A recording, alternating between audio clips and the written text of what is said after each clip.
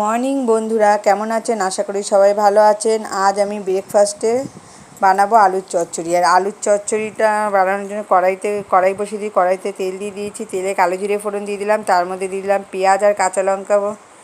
তা পেঁয়াজটাকে কিন্তু আমি 4 ফালি করে কেটেছি, আলুর মতো করেই কেটেছি, আমি একদম ছোট ছোট করে কাটিনি। তো এটাকে নাড়াচাড়া দিয়ে নেওয়ার পর দিয়ে দিলাম আলুটাকে দিয়েও একটু নাড়াচাড়া করে একটু ভেজে নেব। তারপরে দিয়ে দেবো আমি নুন। এটাকে দিয়েও আবার একটু নাড়াচাড়া দিয়ে একটু ভেজে নেব। তারপরে দিয়ে দেবো হলুদ।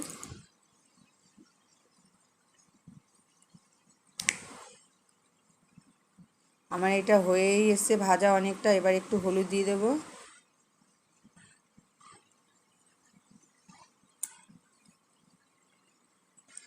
আমি এবার জল দিয়ে দেবো। নাড়াচাড়া দেওয়া ভাজা হয়ে গেছে, দেখুন কীরকম ভেজেছি, একদম লাল করে ভাজিনি কিন্তু ভেজেছি।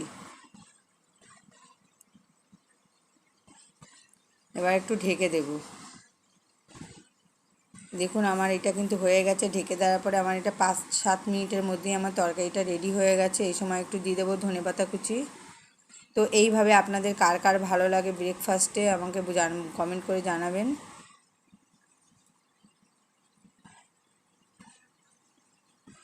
দেখুন কত সুন্দর লাগছে দেখতে, আর খেতেও খুব সুন্দর লাগে। সকালবেলা যদি এক এক সময় যদি একটু মানে অন্যরকম কিছু হয় তো বেশ ভালোই লাগে। তো আমি এখানে পেঁয়াজ আর শসাও দেব।